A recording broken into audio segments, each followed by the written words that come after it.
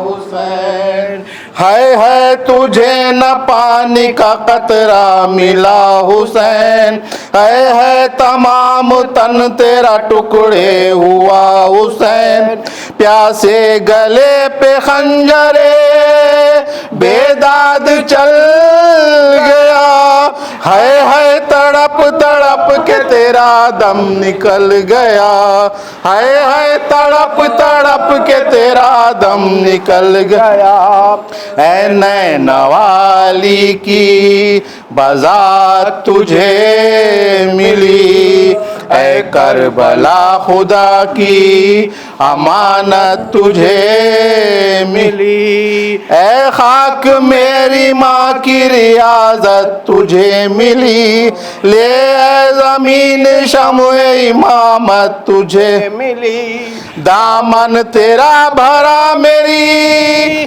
کھیتی اجڑ گئی، سرحد میں تیری بھائی سے زینب بچھڑ گئی، سرحد میں تیری بھائی سے زینب بچھڑ گئی، بھائی پہ میرے سامنے نیزے چلا کیے، تیغ و تبر بدن پہ برابر لگا کیے، شبیر شکر شکر زباں سے کہا کیے، اترا نہ شمر سینے سے بے سر جدا کیے، روتی رہی میں وہ سرے شبیر لے گیا، بھائی کی میرے خون بھری تصویر لے گیا، بھائی کی میرے خون بھری تصویر لے گیا، فریاد ہم غریبوں کی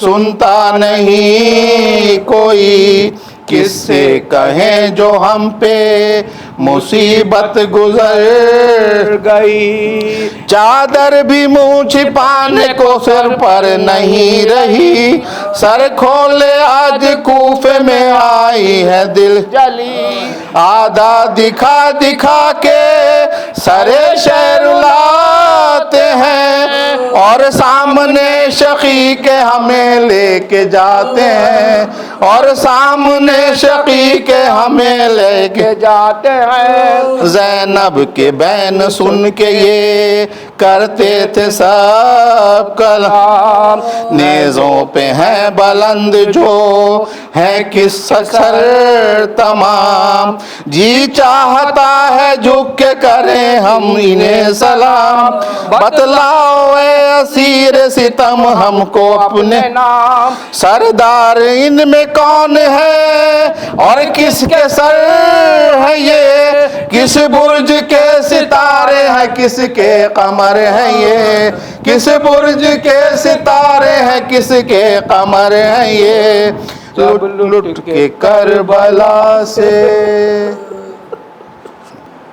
اعوذ باللہ السمیع العلیم من الشیطان اللعین الرجیم، الحمد للہ الذی ہدانا لہذا وما كنا لنہتدی لولا ان ہدانا اللہ، لقد جاءت رسل ربنا بالحق، ثم الصلاة والسلام والتحیۃ والاکرام على الرسول العربی المکی المدنی القرشی الحربی الحاشمی، ان اللہ بعلمہ اصطفى وبالغیبہ ارتضى، الرسول المقتصد المحمود الحامد، رحمة للعالمین بالقاسم مصطفى محمد،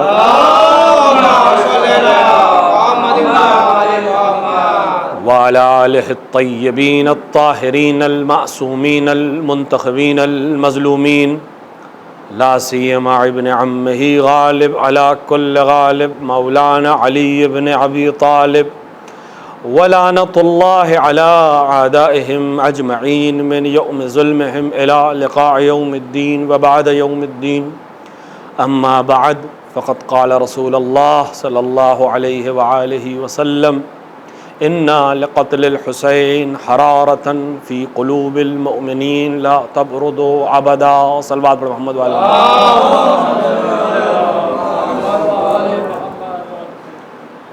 یہ روایت مختلف کتب میں اور مختلف ذرائع سے ہم تک پہنچی ہے. جو روایت میں نے دیکھی وہ ہمارے اور آپ کے چھٹے امام جعفر صادق علیہ السلام نے بیان فرمایا کہ امام حسین رسول اللہ کی آغوش میں تھے یا گود میں تھے، اور رسول اللہ نے یہ جملہ فرمایا کہ انا لقتل الحسین حرارۃ فی قلوب المؤمنین لا تبردوا ابدا. بے شک قتل حسین سے مؤمنین کے قلب میں ایک ایسی حرارت ہوگی جو کبھی ٹھنڈی نہیں ہوگی. رسول اکرم نے یہ جملہ اس وقت ارشاد فرمایا جب امام حسین شہید نہیں ہوئے. یہ جملہ اپنے آپ میں خبر بھی ہے اور امام حسین علیہ السلام کی عظمت کے کو واضح کرتا ہے. اور ہم اور آپ آج جس دور میں ہیں اور جس حال میں یہ مجلس برپا ہو رہی ہے، یہ خود رسول کی حدیث کی تائید ہے. یہ رسول کی حدیث کی روشنی میں اگر ہم دیکھیں تو رسول نے کہا تھا کہ کبھی ٹھنڈی نہیں ہوگی. ہم نے آج دیکھ لیا کہ دنیا کا ہر کام رک گیا، حتی حج جو اتنا عظیم اجتماع تھا مسلمانوں کا. خداوند عالم نے مسلمانوں کے لیے جو بہت عظیم فریضہ رکھا ہے وہ حج رکھا ہے، لیکن اس سال جس طرح سے حج ہوا ہم نے اور آپ نے دیکھا، لیکن اس حج کے مجمع کے سامنے اگر کل کے یعنی پرسوں کے مجمع کی تصاویر جو ہم تک پہنچ رہی ہیں اور پہنچی ہیں اور سب نے دیکھی ہیں ان کو دیکھیں تو رسول کی اس حدیث کی تصدیق ہے. البتہ یہ عظمت حج کی عظمت کو گھٹانے کے لیے نہیں ہے. کسی نے تصویر مجھے بھیجی تھی، میں نے اپنے اسٹیٹس پہ بھی شیئر کی اور اس کے نیچے ایک جملہ لکھا. میں نے تصویر بھیجی کسی نے، 2 تصویریں ہیں. ایک حج کی تصویر ہے خانہ خدا کی، خان سناٹا ہے وہاں، کتنے لوگ تھے؟ 1000 لوگوں نے حج کیا. اور عاشور کے دن کربلا معلیٰ کی تصویر آپ سب نے دیکھی، ہزاروں میں نہیں لاکھوں میں مجمع ہے ان حالات میں. جبکہ باہر سے لوگ عراق نہیں جا پا رہے تھے، بہت کم گئے ہیں، 1% سے بھی کم لوگ جا پائے ہوں گے عراق باہر سے. یہ عراق کا مجمع تھا جبکہ اتنی پابندیوں کا اعلان بھی تھا. میں نے اس تصویر کے نیچے ایک جملہ لکھا جو بہت سے لوگوں نے شیئر بھی کیا بعد میں، کہ یہ خداوند عالم نے ایک بار پھر سے عظمت حسین ابن علی کو واضح کیا کہ اپنے حرم میں سناٹا اس نے برداشت کر لیا لیکن حسین کے حرم میں سناٹا برداشت نہیں کیا. ایک صلوات پڑھے محمد والے.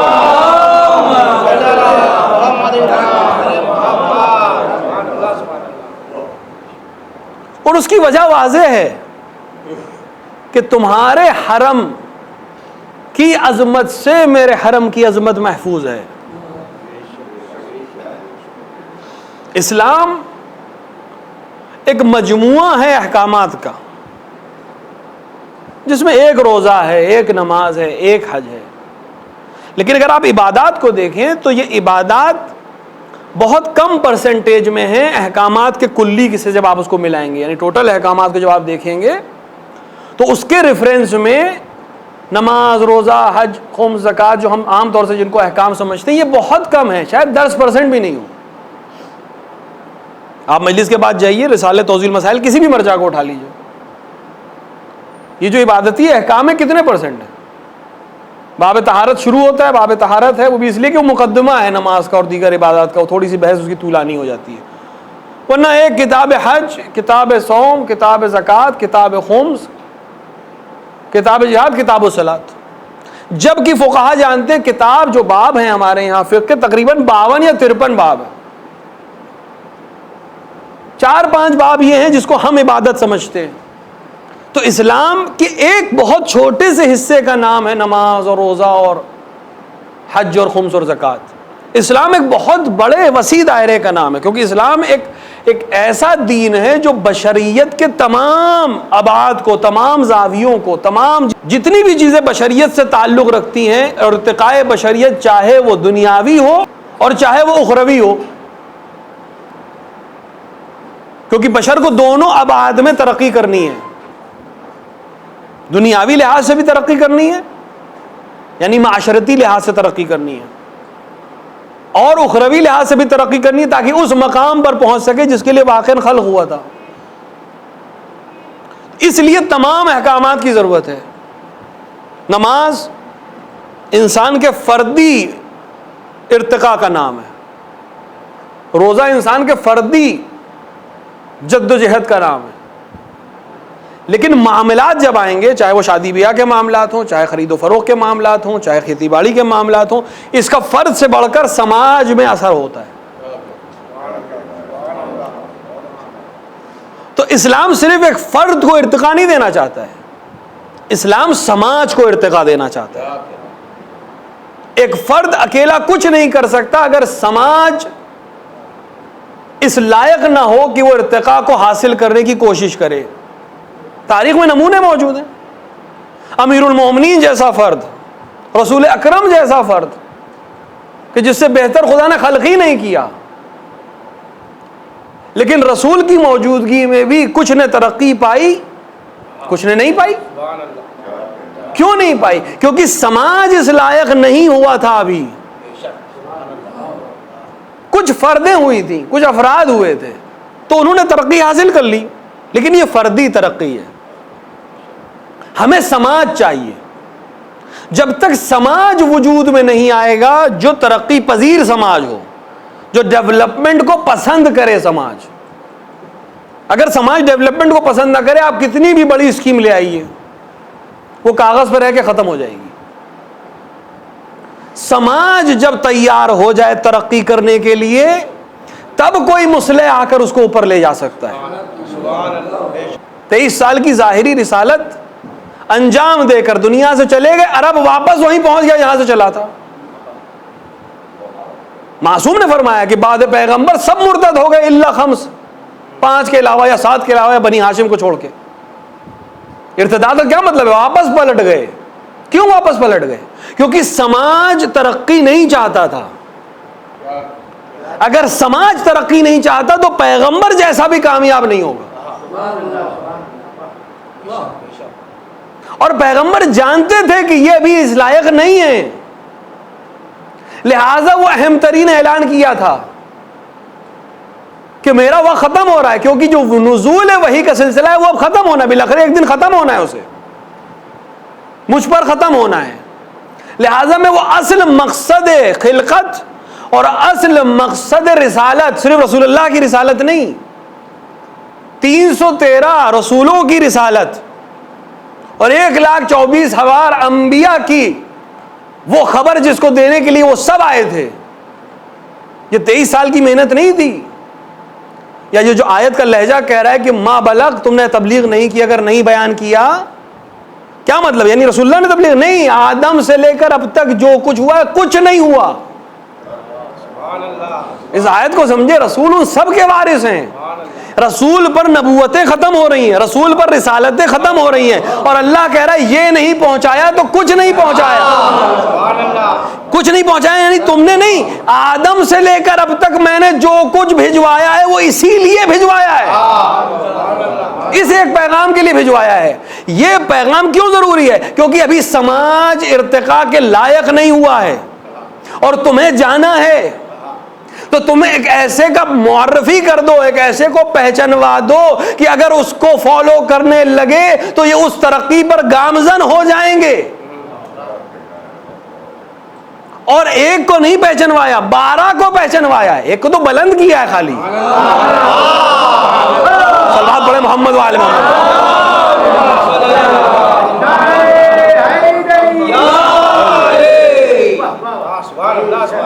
ایک کو صرف دکھایا ہے، جیسے کوئی نمونہ دکھایا جاتا ہے. کہ اس سے ملاتے چلے جانا.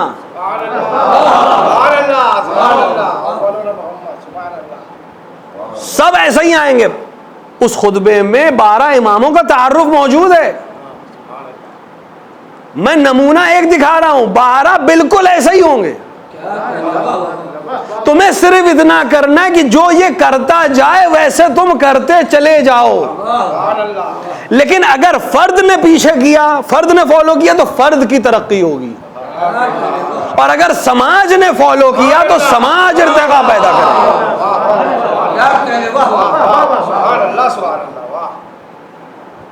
سماج کو اگر ترقی نہیں ملی تو فرد کی ترقی شخصی ہے, وہ اپنے لیے کامیاب ہے, ہو جائے گا کامیاب,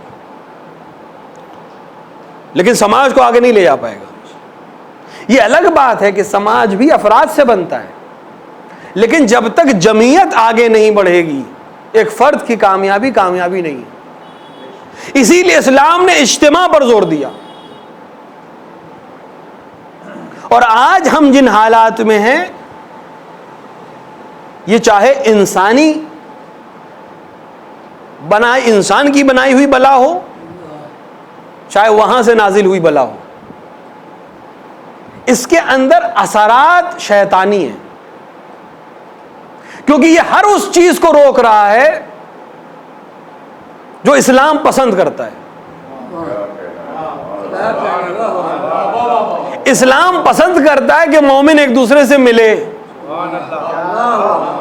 یہ کہہ رہا ہے نہ ملے. اسلام پسند کرتا ہے کوئی مریض ہو جائے تو اس کی عیادت کو جاؤ, یہ کہہ رہا ہے نہ جاؤ. اسلام اجتماع کو پسند کرتا ہے, لوگ اکٹھا ہو کے عبادت کریں. یہ خود اس بات کی دلیل ہے کہ اسلام کو فردی عبادت نہیں چاہیے تھی, نماز تو گھر میں بھی پڑھی جا سکتی تھی. کیوں اس نے کہا جماعت میں آؤ, اور کیوں کہا اگر 10 سے زیادہ ہو گئے تو پھر اس کا ثواب کوئی گن نہیں سکتا, تاکہ تم زیادہ سے زیادہ اکٹھا ہو. اسلام کہہ رہا ہے اجتماع کرو, یہ کہہ رہا ہے نہ کرو. اس کا مطلب یہ کہ اس میں دخل شیطانی زیادہ ہے.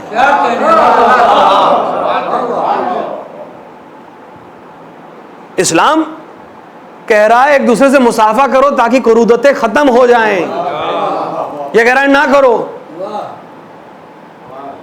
اس کا مطلب یہ ہے کہ اس کے اندر سبب جو بھی بناؤ, کیونکہ شیطان کو بہت سی چیزیں حاصل ہیں, اس نے اپنا دخل اس میں ضرور دکھایا, کیونکہ جو اثرات ہیں وہ شیطانی ہیں.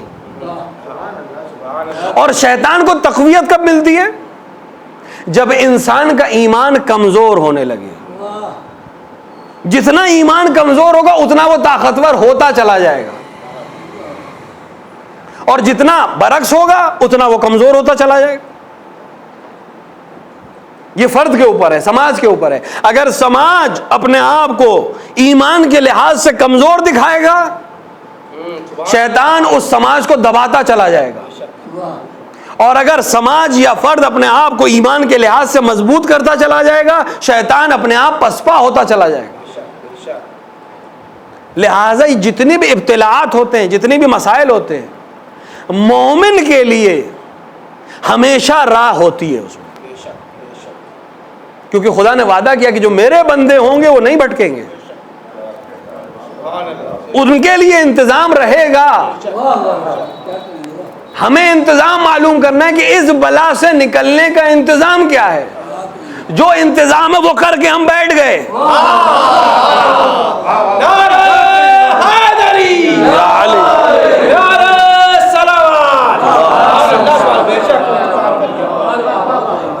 دیکھیں حملے کیسے ہوتے ہیں. کسی بھی مسئلے کو غور سے جب آپ دیکھیں تو آپ کی سمجھ میں آئے گا کہ ہو کیا رہا ہے. عام لوگوں کی طرح نہ سوچا کریں. آپ کا مکتب فکر بالکل الگ ہے, آپ بالکل الگ سوچا کریے. اس سے مطلب نہیں دنیا کیا کہہ رہی ہے, ہم دنیا کے پیچھے چلنے والے ہیں ہی نہیں, ہم حق کے پیچھے چلنے والے ہیں. اگر حق اکیلا ہے تب بھی اس کے پیچھے چلنا ہے. اگر ہم جمعیت کے پیچھے چلنے لگے, جمہور کے پیچھے چلنے لگے, تو جمہور نے تو کسی اور کو منا دیا تھا. ہمیں جمہور سے مطلب ہی نہیں ہے, ہمیں حق سے مطلب ہے. کتنی عجیب بات ہے. اس مجمع میں یہ جملہ کہہ سکتا ہوں, کل تک ہم مجلسیں اس لیے برپا کرتے تھے کہ شفا حاصل کریں گے, آج اس لیے نہیں برپا کر رہے کہ بیمار نہ ہو جائیں. ہماری فکر کہاں آ گئی؟ اس کو غور سے سمجھیں. دیکھیں, امام حسین علیہ الصلوۃ والسلام کا مسئلہ خدا نے الگ رکھا ہے. خدا نے خود یہ چاہا کہ یہ مسئلہ الگ رہے گا, اور امام حسین علیہ الصلوۃ والسلام کے مسئلے کا کسی سے مقابلہ ہی نہیں ہے. یعنی اگر کوئی کمپیئر کر رہا ہے کہ امام حسین کے مسئلے کو کسی اور چیز سے کمپیئر کر رہا ہے, تو نہ اس نے اس چیز کو سمجھا ہے نہ امام حسین کو سمجھا ہے. یہ ہوتا ہے, آوازیں اٹھنے لگتی ہیں کہ صاحب یہ ایسا اور یہ مستحب, یہ واجب, یہ عزاداری, یہ نماز. یہ کمپیئر کرنا اس بات کی دلیل ہے کہ نہ اس نے نماز سمجھی ہے, نہ اس نے عزاداری سمجھی, نہ اس نے امام حسین کو سمجھا ہے, نہ اس نے دین اسلام کو سمجھا ہے. خدا نے نہیں چاہا ہے کہ امام حسین کا معاملہ عام معاملہ رہے. خلقت میں بھی عام نہیں ہے, اثرات میں بھی عام نہیں ہے. میں نے کبھی عرض کیا تھا کہ امام حسین سے افضل 4 ذات ہیں دنیا میں, یعنی پوری کائنات میں. خداوند عالم تو خالق ہے, اس سے تو کسی سے کمپیریزن ہی نہیں, وہ خالق ہے, اور ماں سوائے خدا سب کچھ مخلوق ہے. حتیٰ جو ہمارے ذہن میں آ جائے, ظاہری وجود نہ بھی رکھتا ہو, تب بھی وہ اللہ کی مخلوق ہے. کیوں؟ کیونکہ میرے ذہن کی تخلیق اس کی تخلیق ہے. آپ نے سونے کا پہاڑ دیکھا ہے؟ دیکھا ہے؟ نہیں ہے, ہوتا ہی نہیں ہے, ابھی تک تو نہیں دیکھا ہے. لیکن آپ سونے کا پہاڑ ذہن میں سوچ سکتے ہیں؟ سوچ سکتے ہیں. ابھی آپ سب کے ذہن میں ایک سونے کا پہاڑ ہے, یہ آپ کی مخلوق ہے, لیکن اصل اس کا خالق کون ہے؟ وہ جو آپ کے ذہن کا خالق ہے. اور اگر وہ چاہے تو اس کو وجود دے سکتا ہے. آپ تو صرف تصور کریں گے, وہ تصدیق کر سکتا ہے.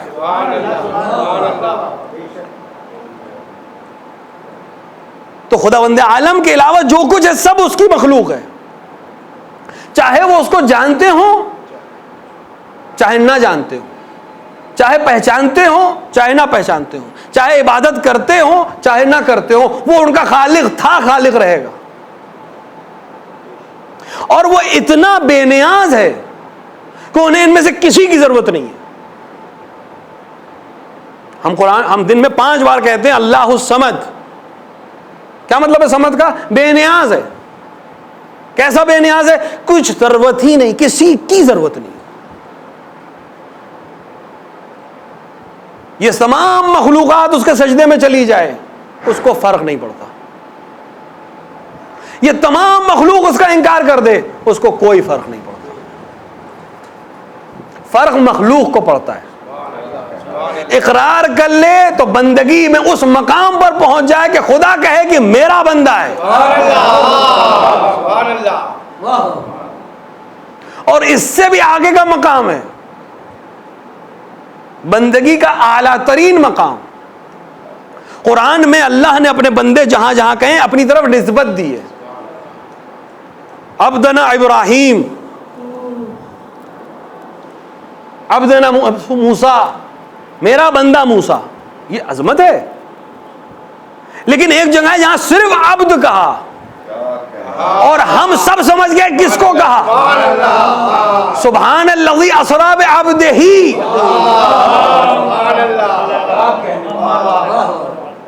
اپنے بندے کو لے گیا. بندگی کی اعلیٰ ترین فرد کا نام ہے. لیکن خدا اتنا بے نیاز ہے کہ اسے ان کی بھی ضرورت نہیں ہے. کسی کی ضرورت نہیں اسے. یہ ہمارے شعور اور باشعور ہونے کی علامت ہے کہ ہم اسے پہچانیں اور اس کی تسبیح کریں, کیونکہ ہمارا مقابلہ مخلوقات میں ہے, مخلوقات میں سب.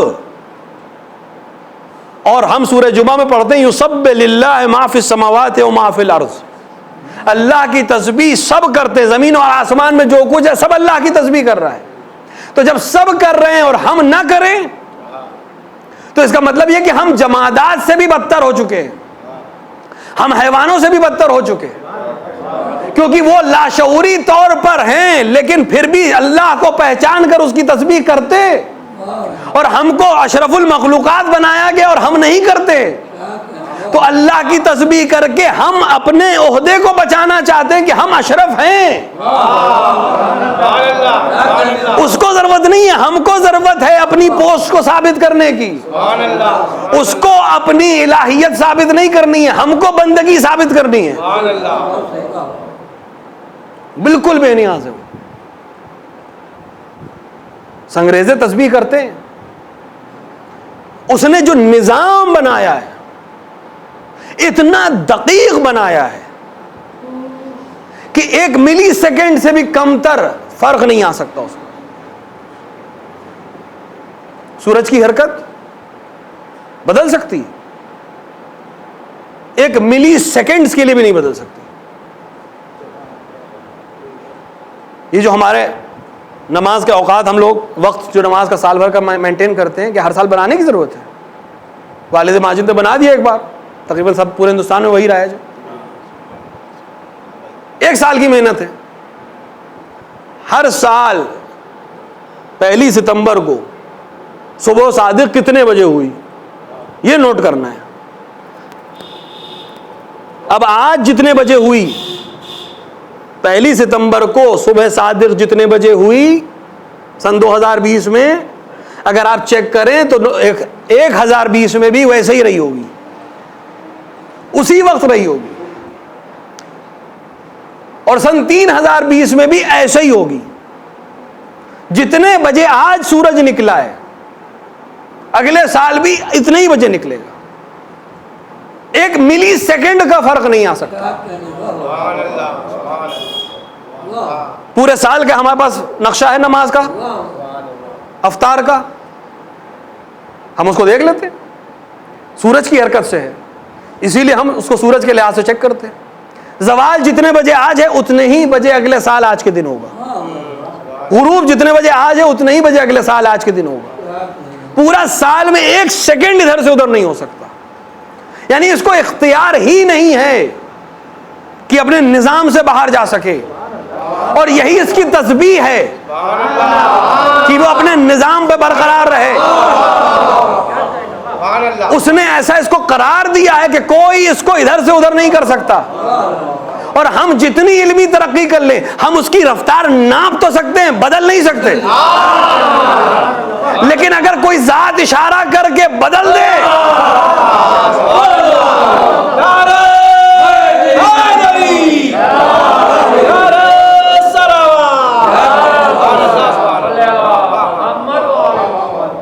تو یہ بتانے کے لیے ہے کہ ہمیں تکوین میں, خلقت میں اختیار دیا گیا ہے. ہمیں تکوینیات میں اختیار ہے.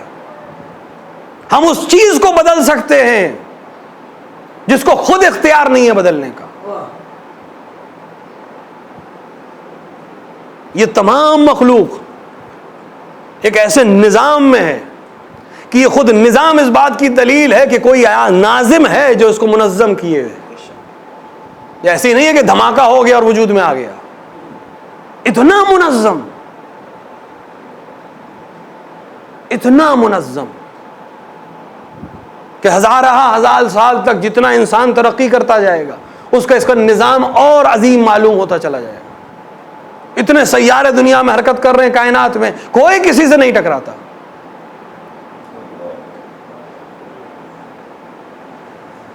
اور ایک روئے زمین پر انسانوں کے بنائے ہوئے کچھ گاڑیاں ہیں, رولز بھی ہیں, ریگولیشنز بھی ہیں. کتنے ایکسیڈنٹ ہوتے ہیں.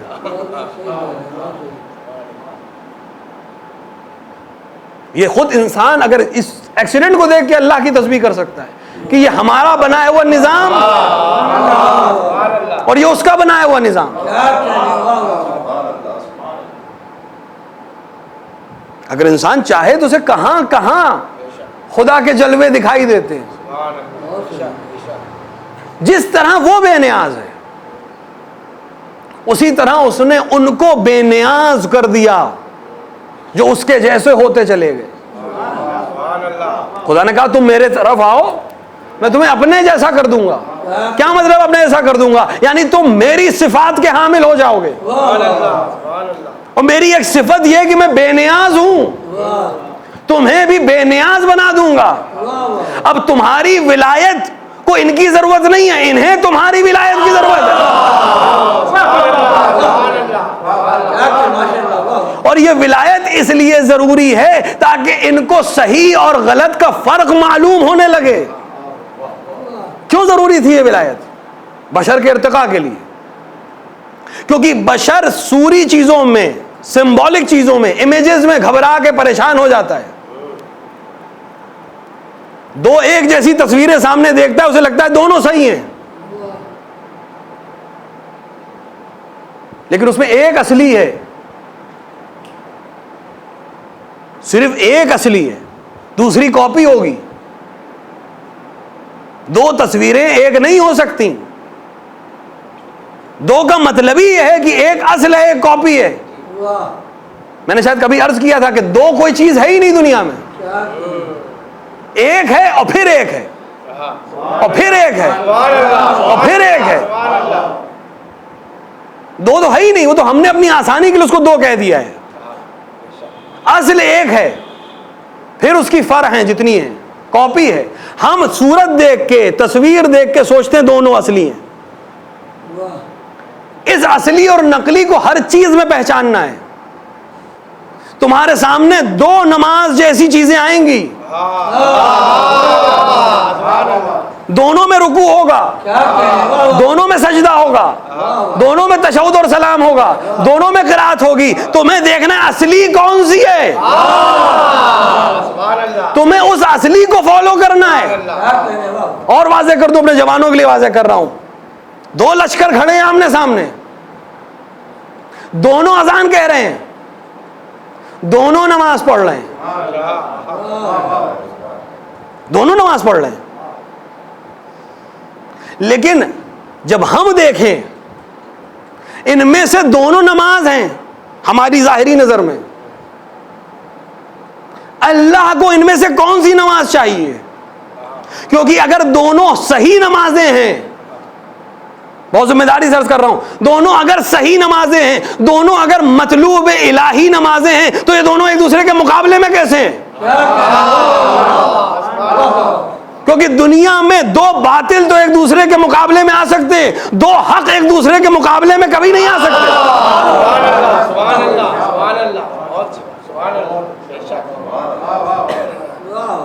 دیکھیں یہ ہو سکتا ہے کہ ایک چیز کے اوپر جھگڑا ہو اور دو پارٹیز جو لڑ رہی ہیں دونوں غلط ہوں، ہوا ہی نہیں، کسی اور کی چیز ہے. پھر لکھنؤ میں تو مثالیں ہیں اس کی. پراپرٹی امام حسین کی ہے، جھگڑا گورنمنٹ اور ایک فرد میں چل رہا ہے. پراپرٹی امام حسین کی.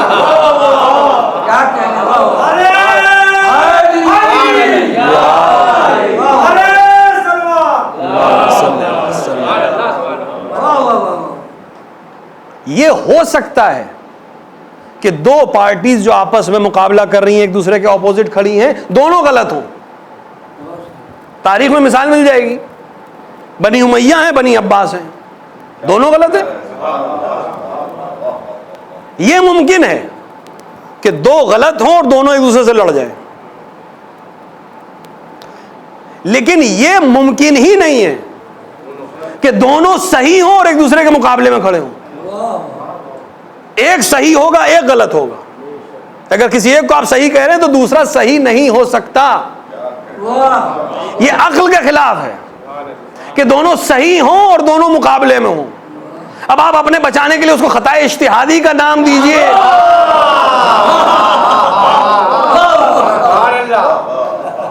لیکن خطا ہی صحیح ہے تو خطا، اور خطا باطل ہے، لہذا ایک باطل پر ہے اور ایک حق پر ہے. حق کبھی ایک دوسرے سے ٹکرا نہیں سکتے. اور اس کی سب سے بڑی مثال خود ائمہ کی زندگانی ہے کہ ان 300 سال کی پوری سیروی زندگی میں آپ دیکھتے چلے جائیے ایک کا کلام دوسرے سے نہیں ٹکرا رہا. سبحان اللہ، سبحان اللہ. ایک کا کلام جس نے دوسرے کو دیکھا بھی نہیں ہے. عالم ارواح میں دیکھا ہے، نور میں دیکھا ہے، لیکن ہم نے ظاہری پیکر میں دیکھیں تو امیر المومنین نے چھٹے امام کو نہیں دیکھا ہے. چھٹے امام نے امیر المومنین کو نہیں دیکھا ہے. 8ویں امام نے دوسرے امام کو نہیں دیکھا ہے. لیکن کلام اٹھائیے، ایک امام کا کلام دوسرے امام کے کلام سے رتی برابر بھی مقابلے میں نہیں ہے. پہلے سے لے کر 12ویں کے جتنے کلام ہمارے پاس ہیں ایک دوسرے کی تصدیق تو کرتے نظر آئیں گے، ایک دوسرے کا انکار کرتے نظر نہیں آئیں گے.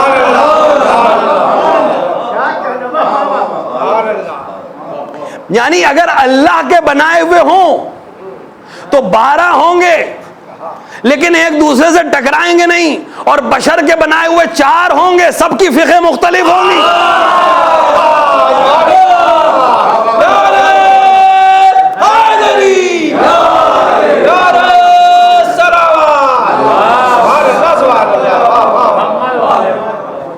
یہ خود اس بات کی دلیل ہے کہ جب حق بناتا ہے تو حق بناتا ہے،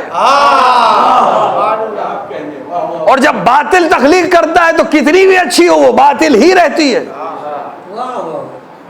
تو کبھی 2 حق ایک دوسرے کے مقابلے میں نہیں آ سکتے. تو یہ کیسے حقدار نمازی تھے جو دونوں نماز پڑھ رہے تھے، اسی ایک خدا کی نماز پڑھ رہے تھے، وہی ارکان نماز تھے، وہی طریقہ نماز تھا، وہی رکعتیں تھی نماز کی، کوئی فرق نہیں ہے. دونوں میں کوئی فرق نہیں ہے ظاہری طور پر. تو وہ انسانی ذہن جو 2 تصویروں کو ایک سمجھنے لگتا ہے وہ سمجھ سکتا تھا، دھوکہ کھا سکتا تھا کہ ان میں سے کون سی نماز واقعی نماز ہے. دھوکہ کھا گئے وہ لوگ جو دونوں کو نمازی سمجھ رہے تھے.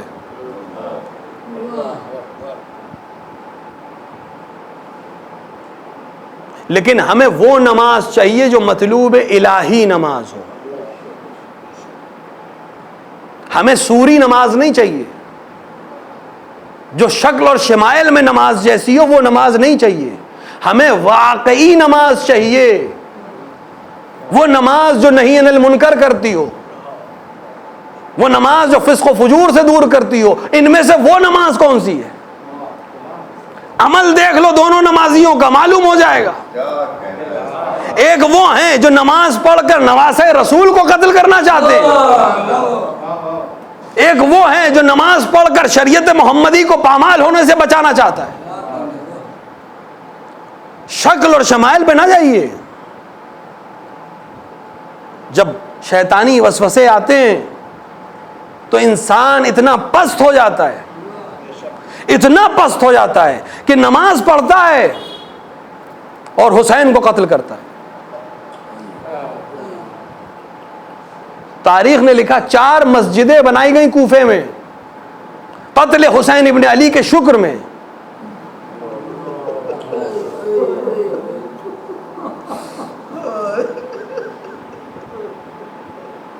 جب انسان پست ہوگا تو کہاں جائے گا؟ قتل حسین ابن علی کے شکر میں 4 مسجدیں کوفے میں بنائی گئی. تاریخ میں سب کے نام موجود ہیں. تو ہمیں کون سی مسجد بنانی ہے؟ ایک مسجد وہ ہے جو رسول نے بنائی ہے، جس کے لیے رسول نے کہا کہ جس نے اللہ کے لیے مسجد بنائی اس نے گویا جناب داؤد کا ساتھ دیا، جناب سلیمان کا ساتھ دیا. اور ایک مسجد یہ ہے اِنَّا لِقَتْلِ الْحُسَيْنِ حَرَارَةً فِي قُلُوبِ الْمُؤْمِنِينَ لَا تَبْرُدُ عَبَدًا. یہ حرارت کیا ہے؟ یہ حرارت صرف اس ظاہری عزاداری کا نام نہیں ہے، یہ تو ظاہر ہے اس کا. یہ تو ہمیں بتانے کے لیے کہ تمہیں واقعاً تمہارے اندر حرارت ہے. لیکن اس کا فائدہ کیا ہے؟ اس فائدہ اس حرارت کا یہ ہے کہ تمہیں معلوم ہو جائے گا کہ تمہیں کون سی نماز پڑھنی ہے. دونوں نمازوں میں فرق کس چیز کا ہے؟ دونوں نمازوں میں صرف ایک فرق ہے. ارکان ایک جیسے، سارے عمل ایک جیسے، صرف ایک فرق ہے، ان کا امام کون ہے. ایک کا امام امر سعد ہے، ایک کا امام حسین ابن علی ہے. اب ہمیں اور آپ کو طے کرنا ہے کس امام کے پیچھے نماز پڑھنی ہے. تو آج حسین ابن علی تو نہیں ہے، آج وہ لائن بھی نہیں ہے، لیکن دونوں کی نمائندگی موجود ہے. ہمیں یہ معلوم کرنا ہے کہ ہم جب نماز پڑھتے ہیں اللہ اکبر کہہ کر تو کس کے پیچھے نماز پڑھ رہے ہیں. ظاہری طور پر یہ مجالس ہمیں آج کے اطمینان دیتی ہیں کہ یہ نماز حسین ابن علی کے پیچھے پڑھی جا رہی ہے. اس کو ہلکا نہ سمجھیے. کیوں ہمارے مراجع پریشان رہتے ہیں؟ عزاداری برپا ہو، ہر حال میں برپا ہو. کیوں قربانیاں دی گئی عزاداری کے لیے؟ کیوں حسین کی زیارت سے نہیں روکا گیا سختیوں کے باوجود؟ میں نے کہا تھا نا حسین ابن علی کے معاملات بالکل مختلف ہیں. حج میں، حج ایک ایسی عبادت ہے کہ اگر کوئی انسان مستطیع ہو جائے اور حج نہ کرے تو روایت میں ہے کہ جب ملک الموت آئے گا روح قبض کرنے اس شخص کی تو اسے کہے گا یا یہودیت اختیار کرو یا مسیحیت اختیار کرو، میں تمہاری روح مسلمان ہونے کی حیثیت سے قبض نہیں کروں گا کیونکہ تم مستطیع تھے اور تم نے حج نہیں کیا. لیکن تمام فقہاء اس بات پر متفق ہیں کہ اگر یہ شخص جو مستطیع ہے مالی اعتبار سے، جسمانی اعتبار سے، تمام راہیں ہموار ہیں، اس کو صرف گمان ہو جائے، یقین نہیں، 20% 30% گمان ہو جائے کہ اگر میں حج کرنے گیا تو میری جان کو خطرہ ہے، تو تمام علماء کہتے ہیں حج ساقط ہے اس پر، یہ مستطیع نہیں ہے، کیونکہ اس کو شک ہے اپنی زندگی کے سلسلے میں. وہ حج جو اتنا اہم ہے کہ نہ کرو تو مسلمان نہیں حساب ہوتے فرشتوں کی نگاہ میں. وہ واجب عبادت واجب ہے، لیکن اگر گمان ہو جائے کہ تمہاری جان کو خطرہ ہے تو یہی حج ساقط ہے. لیکن کامل الزیارات میں کم سے کم 7 روایتیں موجود ہیں جو صرف حالت خوف میں حسین ابن علی کی زیارت پر مبنی ہے. شک نہیں ہے، یقین ہے کہ موت آئے گی، تب بھی امام کہنے جاؤ میرے جد کی زیارت کے لیے.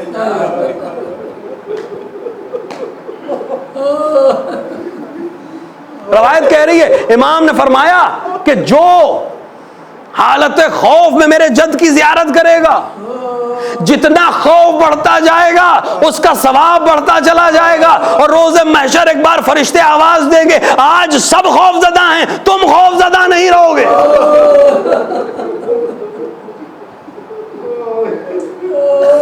یہ ہے حسین ابن علی. کیوں اتنی تاکید ہے؟ کیوں ائمہ نے اتنی شدت کی ہے؟ کیوں حسین ابن علی کے لیے یہ مسائل ہیں؟ سب عقلی ہے. اسلام میں کوئی چیز صرف جذباتی نہیں ہوتی، البتہ جذبات عین عقل ہیں، عقلی ہے معاملہ. شیخ عبد الکریم حائری کے زمانے میں ایران کے بادشاہ نے عزاداری پہ پابندی لگائی، حتیٰ گھر میں عزاداری نہیں ہو سکتی تھی. قانون بنایا گیا کہ جو پڑھے گا مجلس اس پہ بھی جرمانہ ہوگا، جو کرائے گا اس پہ بھی ہوگا. شیخ عبد الکریم حائری مؤسس حوزہ علمیہ قم پریشان کہ کیا ہوگا. ایک ہمارے جیسے نے جا کے اعتراض کر دیا کہ آقا آپ پریشان کیوں ہیں؟ ایک مستحب بھی میں تو پابندی لگ رہی ہے، واجبات تو آزاد ہیں، نماز پڑھی جا سکتی ہے، مسجد کھلی ہوئی ہے، حج کر سکتے ہیں، روزہ رکھ سکتے ہیں، بادشاہ نے کسی چیز پہ پابندی نہیں لگائی، ایک مستحبی پہ تو پابندی لگائی ہے. اس فقیہ نے جواب دیا کہ جس کے درس میں شرکت کر کے آج مجتہدین پیدا ہوئے ہیں. اس نے کہا نہ، ہاں بے شک مستحب ہے، لیکن ایک ایسا مستحب ہے جو واجبات کی ضمانت ہے. عزاداری ہے لہذا نماز ہے، عزاداری ہے اس لیے لوگ روزہ رکھ رہے ہیں، عزاداری ہے اس لیے حج ہو رہا ہے، عزاداری ہے اس لیے احکامات اسلامی لوگ جانتے ہیں، حلال اور حرام کی تمیز جانتے ہیں. یہ اسی روشنی میں کہا تھا کہ تم سوری عبادتوں سے پریشان نہ ہو جانا، ہمیں اصلی نماز چاہیے، وہ نماز جو حسین نے بچائی تھی، اور اس کی ضامن صرف عزاداری ہے۔ ہم عزاداری کر کے اطمینان کرتے ہیں کہ ان دونوں خیموں میں ہم کس خیمے میں ہیں۔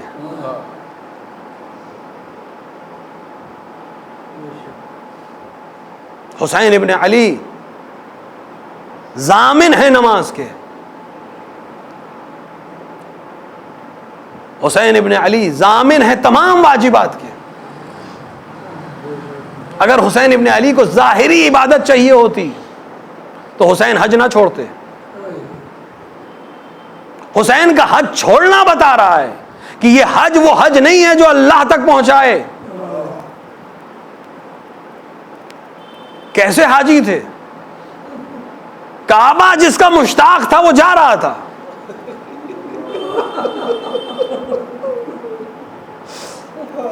جب بغیر امام کے حج کیا جائے گا تو ایسا حج ہوگا، اور اگر امام کے ساتھ کیا جائے تو اس کا طواف بھی کربلا میں ہو جائے گا، اس کی سعی بھی کربلا میں ہو جائے گی، اور اس کی قربانی میں جانور نہیں، وہ خود کربلا میں قربان ہو جائے گا۔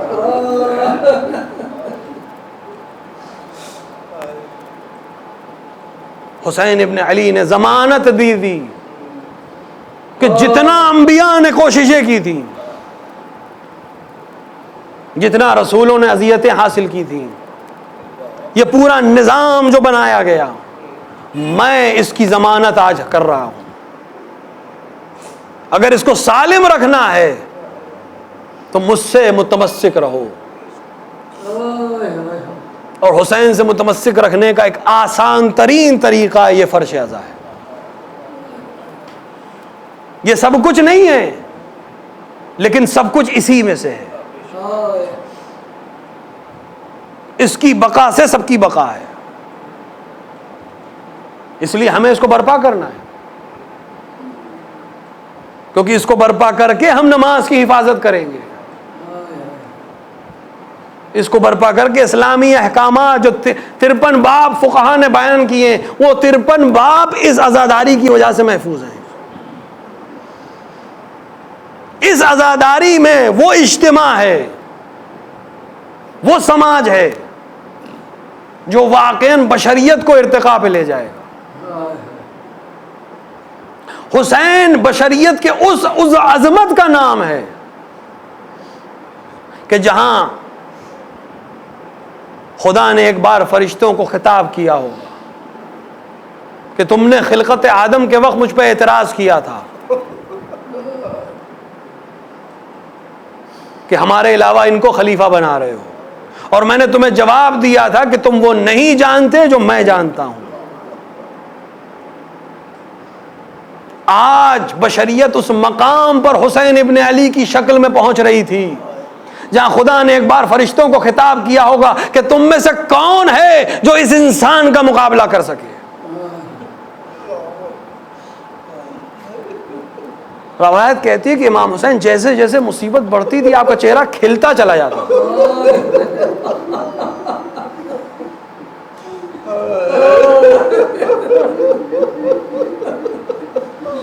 صرف 2 مقام ہیں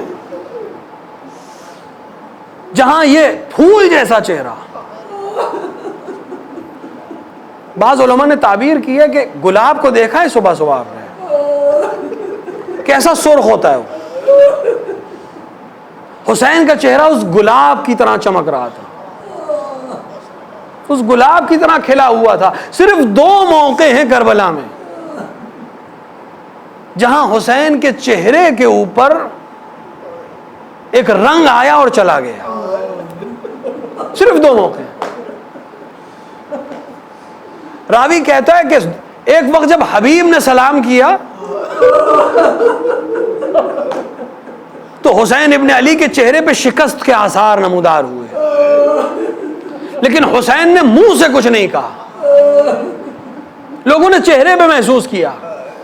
لیکن ایک دوسرا مقام ہے جہاں چہرے پر بھی شکست کے آثار آئے اور حسین نے منہ سے بھی اظہار کیا الان قد کسر ظہری.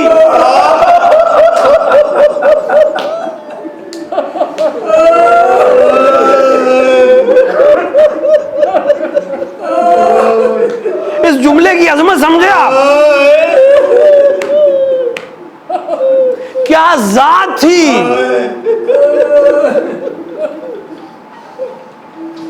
کہ جس کی آواز سے حسین کے چہرے کا رنگ بدل گیا.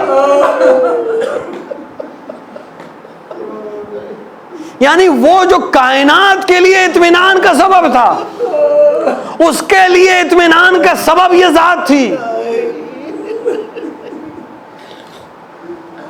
اور حسین نے کہا اور ہیلے تمام ہو گئے بھیا تمہارے جانے کے بعد.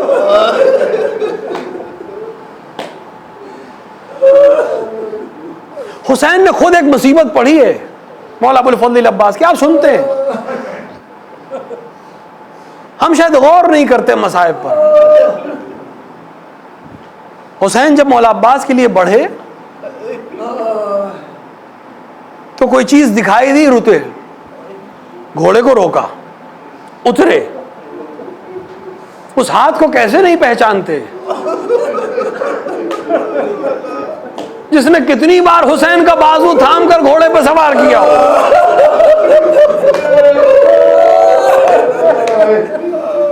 حسین نے رک کر اس بازو کو اٹھایا. کسی نے آواز دی, کسی نے آواز دی یا ابن الزہرا کیا ڈھونڈ رہے ہو. یہ آواز اتنی عجیب تھی. حسین ابن علی نے ایک بار دریا کا رخ کیا, عباس تمہارے جانے کا اثر دکھ رہا ہے. صحرائے کربلا میں میری ماں کا نام لیا جا رہا. اجرکم اللہ.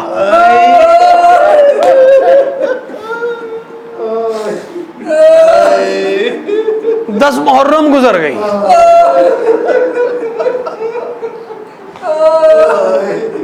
کل کا جو دن گزرا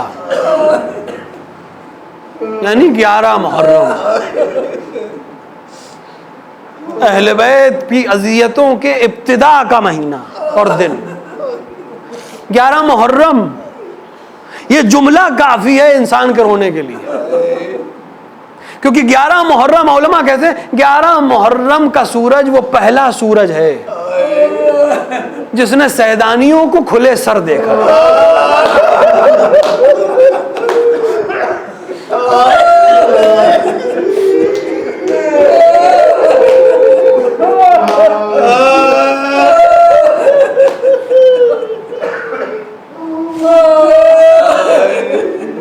اس سے پہلے کسی سورج نے زینب کو بیریدہ نہیں دیکھا. 11 محرم کو عمرو سعد العین نے دوپہر تک رکا وہ اور اپنے کشتہائے نجس کو دفن کیا. بعض روایت میں کہ نزدیک میں ایک یہود کا قبرستان تھا, وہاں دفن کیا. دوپہر تک سب دفن ہو گئے. یعنی اب صحرائے کربلا میں حسین, اولاد حسین اور اصحاب حسین کی لاشوں کے علاوہ کوئی لاش نہیں.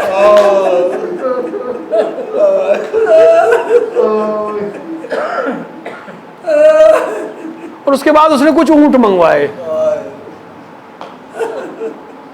سیدانیوں کو حصار میں لیا گیا اور اس کے فوجی چاہتے تھے کہ ان سیدانیوں کو اونٹ پر سوار کریں. جناب زینب بلند ہوئی, خبردار تم میں سے کوئی آگے نہیں بڑھے,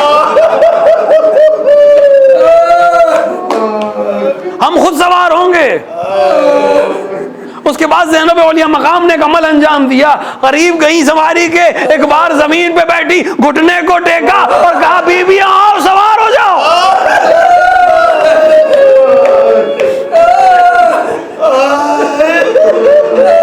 کس میں جرأت کہ حسین کی بیٹی, حسین کی بہن, علی کی بیٹی زینب کے پیر پہ پیر رکھے. لیکن یہ ہیبت ہے زینب کی, کسی نے کچھ نہیں کہا, سوار ہوتے چلے گئے.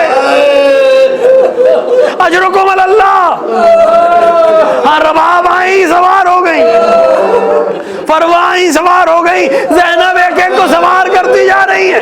ہاں میں آج عباس بھی ہوں، میں علی اکبر بھی ہوں، میں قاسم بھی ہوں.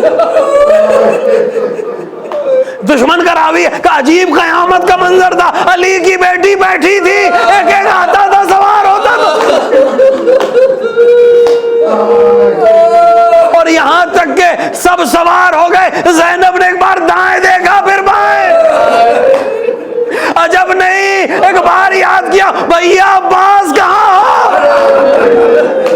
ارے میں نے سب کو سوار کر دیا، مجھے کون سوار کرے گا؟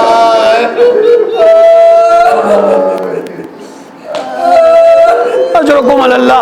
زینب کیسے سوار ہوئی یہ تو زینب جانے، جناب امام زین العابدین جانے، اور خدا جانے.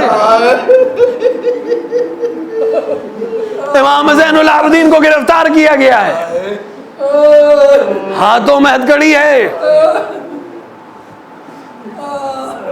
پیروں میں بیڑیاں ڈالی گئی ہیں،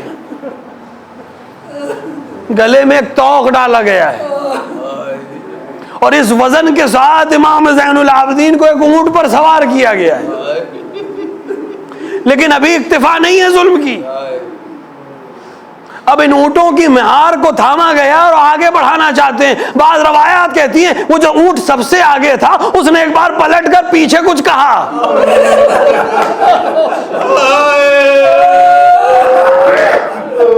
کسی نے امام سے پوچھا وہ اونٹ کیا کہتا تھا؟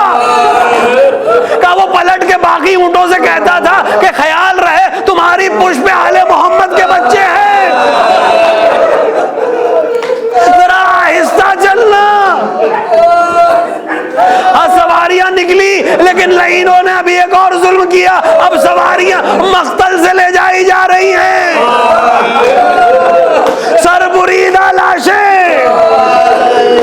سیدانیوں نے اپنے وارثوں کو بے کفن دیکھا.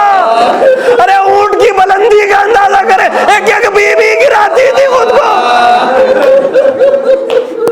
اجرکم اللہ. ایک قیامت کا صحنہ ہے، قیامت کا منظر ہے، کوئی بی بی کسی لاشے پر. اجرکم اللہ. زینب نے اپنے آپ کو گرایا اور ایک نشیب کی طرف گئی، 2-3 عمل انجام دیے. وہ عمل سنیے، انسانیت کی ارتقاء. زینب نے ایک سربریدہ لاشے کو غور سے دیکھا، نہ سر ہے نہ لباس. لاشے کو کسی طرح پہچانا اور اس کے بعد لاشے کے قریب گھٹنے کو ٹیک کر بیٹھی، اپنے دونوں ہاتھ اس لاش کے نیچے لے گئی، ایک بار بلند کیا، اللہم تقبل منا ھذا القربان. خدایا ہم آل محمد سے اس قربانی کو قبول فرما. اور اس کے بعد شہزادی نے مدینے کا رخ کیا. یا جدی یا رسول اللہ، اے میرے جد، اے رسول اللہ، آپ پر ملائکہ نے نماز پڑھی اور یہ آپ کا حسین ہے جو اپنے خون میں غلطہ ہے، جس کے اعضاء اور جوارے توڑے جا چکے، امامہ اور ابا چھینی جا چکی.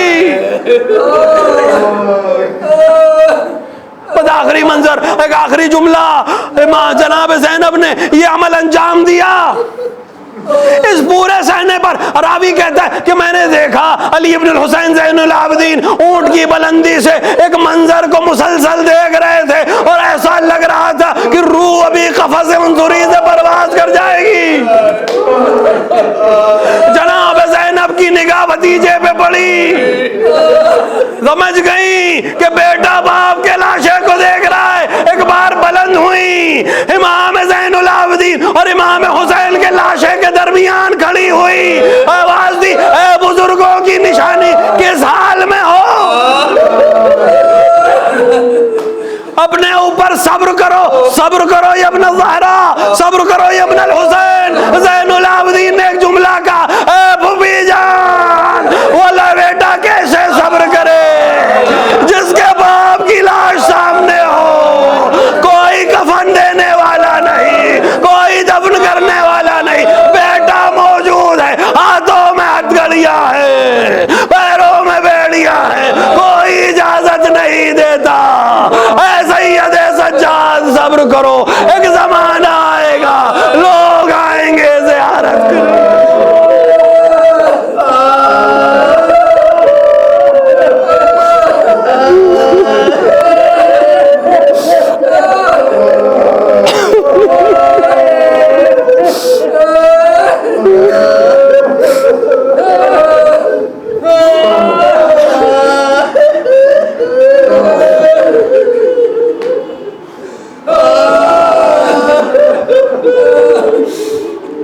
سيعلم الذين ظلموا أي منقلب ينقلبون إنا لله وإنا إليه راجعون رضا بقضائه وتسلیما لعمره. خدایا ہمارے اس مختصر عمل کو قبول فرما. خدایا حق تو یہ ہے کہ حق عزاداری ادا نہ ہوا، لیکن ہم سے اس قلیل کو قبول کر لے، ہم کو اس نعمت عزاداری سے محروم نہ فرما. خدایا تجھے واسطہ حق حسین ابن علی کا، تجھے واسطہ زینب علیہ مقام کی عظمتوں کا، اس بلا سے تمام مؤمنین و مؤمنات اور تمام بشریت کو جلد سے جلد نجات عطا فرما. خدایا تجھے واسطہ عظمت حسین ابن علی کا، دنیا میں جہاں جہاں بھی شیعہ حیدر کرار ہیں ان کی جان و مال و عزت و آبرو کی حفاظت فرما. علماء اعلام مراجع کرام کا سایہ ہمارے سروں پر محفوظ. خدایا یہ زائرین کربلا کی جو تعداد ہے، جنہیں تو نے عزت بخشی ہے، جنہیں تو نے شرف عطا کیا ہے، ان سب کی حفاظت فرما. خدایا ہم سب کو ظاہر حسین ابن علی قرار دے. خدایا اس زندگی میں قبور اطہر کی زیارت اور آخرت میں ان کی شفاعت سے بہرہ مند فرما. خدایا تجھے واسطہ حسین ابن علی کی عظمتوں کا، منتقم خون کربلا کے ظہور میں تعجیل فرما. اندر ظہور اپنے امام کو پہچاننے، ان کی نصرت کرنے کی توفیق عطا فرما.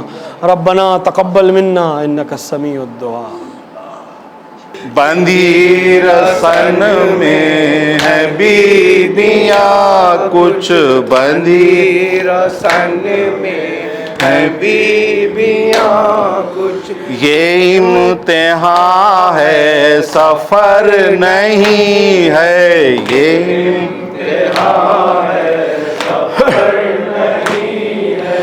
یہ قافلہ تو حسین کا ہے، یہ قافلہ تو حسین کا ہے، یہ قافلہ تو حسین کا ہے. حسین اس میں مگر نہیں ہے، بندھی رسن میں ہے بیبیاں کچھ، بندھی رسن میں ہے بیبیاں کچھ، کسی کے چھنتے ہیں گوشوارے، کسی کے چھنتے ہیں گوشوارے، کسی کو درے لگا رہے ہیں. سکینہ دیتی ہے. سکینہ دیتی ہے یہ دہائی، سکینہ دیتی کیا بابا، کیا تم کو بابا خبر؟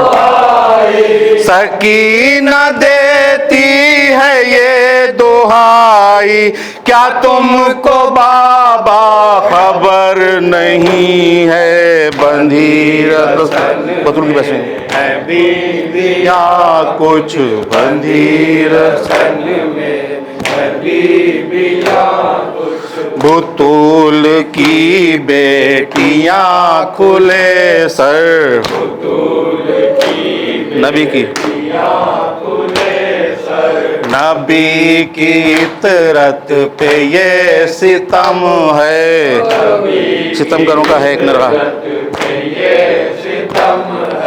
ستم گروں کا ہے ایک نرغہ، ستم گروں کا ہے کسی بشر پہ، ستم گروں کا ہے ایک نرغہ، کسی بشر پہ اثر نہیں ہے. بندھی رسن میں ہے بیبیاں رسن میں لکڑی، کچھ، بندی رسن میں ہے بیبیاں کچھ، رسن میں جکڑی وہ سہمی سہمی، اور اس پہ ننھی سی جب، اور اس پہ ننھی سی عمر اس کی، لگا رہے ہیں لئی تو ننھی سی عمر اس کی، لگا رہے ہیں لئی تماچے، لگا رہے ہیں نئی تماچے، لگا رہے ہیں لئی تماچے. نیچے وہ جس کے سر پر پدر نہیں ہے بندھی رسن میں ہے بیبیاں کچھ بندھی پھر آ رہے ہیں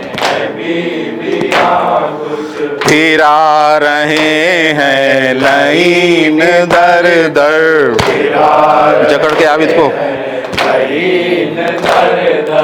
جکڑ کے عابد کو بیڑیوں میں ستم کی ہر سو ہے دھوپ ستم کی ہر سو ہے دھوپ سر پر کسی ستم کی ہر سو ہے دھوپ سر پر کہیں بھی کوئی شجر نہیں ہے بندھی رسن میں بیبیاں کچھ بندھی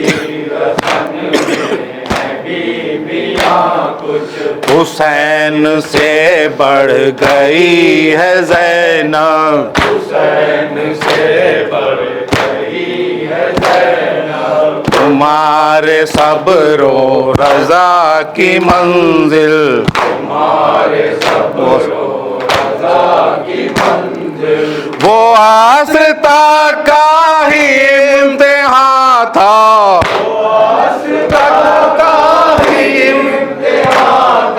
وہ آسرتا کا ہی امتحان تھا اور اس کی کوئی سحر نہیں ہے بندھی رسن میں لگے کمر سے بیبیاں کچھ بندھی رسن میں بیبیاں کچھ لگے کمر پر جو تازیاں نے کہا یہ بیمار ہے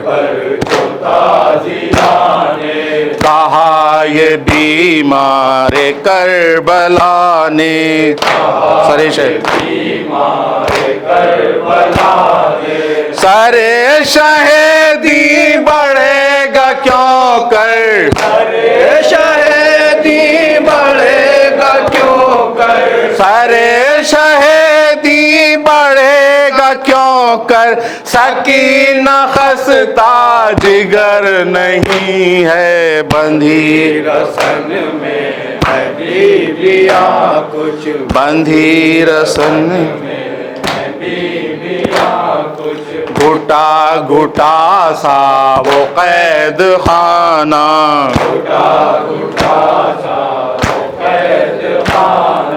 وہ دن دہکتا وہ شب کی ظلمت دل لہکتا وہ شب کی ظلمت ہے ایک مدت وہاں پر گزری ایک مدت وہاں پر گزری ہے ایک مدت وہاں پر گزری جہاں ہوا کا گزر نہیں ہے بندھی رسن میں ہے بیبیاں کچھ بندھی رسن میں ہے بیبیاں کیوں سے قافلہ تو حسین کا ہے حسین اس میں مگر نہیں ہے بندھی یا حسین یا حسین یا حسین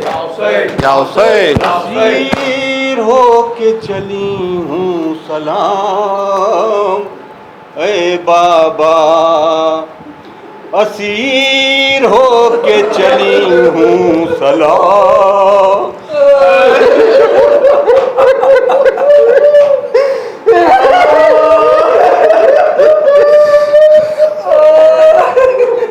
یہاں سے جاتی ہوں زندہ نشام اے بابا ارے سنو سکینہ کے غم کا پیام اے بابا ہمارے چل گئے سارے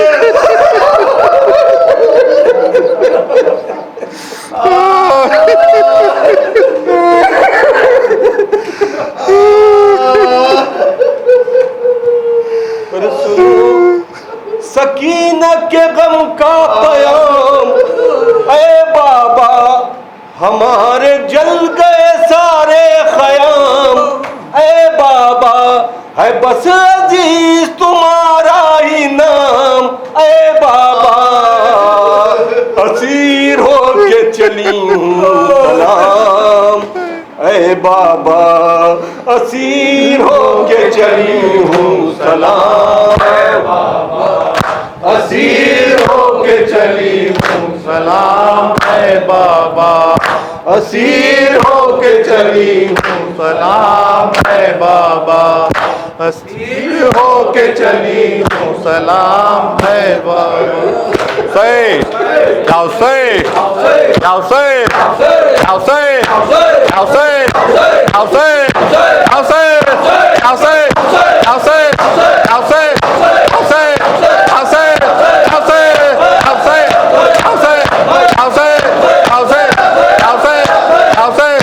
حسین السلام عليك يا أبا عبد الله، السلام عليك يا ابن رسول الله، السلام عليك يا ابن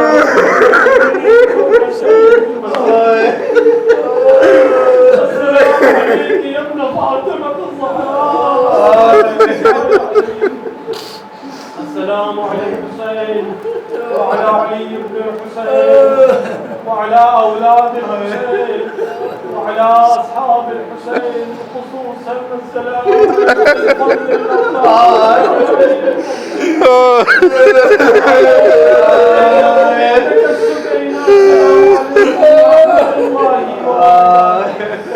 السلام عليك يا غريب الغرباء، السلام عليك يا معين الضعفاء والفقراء، السلام عليك سلطان العرب والعجم علي بن موسى الرائد والرضا الراضي بالقدر والقضاء، السلام عليكم ورحمة الله وبركاته.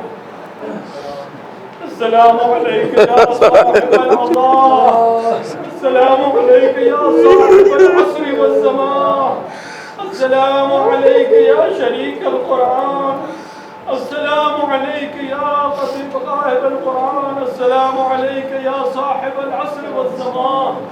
أحسن الله على أضاء جدك الحسين، أحسن الله على أضاء جدك الحسين. السلام عليك يا صاحب العصر والزمان، أجل الله تعالى فرجك وسهل الله تعالى مخرجك وظهورك، وجعلنا من أنصارك وأعوانك ورحمة الله وبركاته. اللهم صل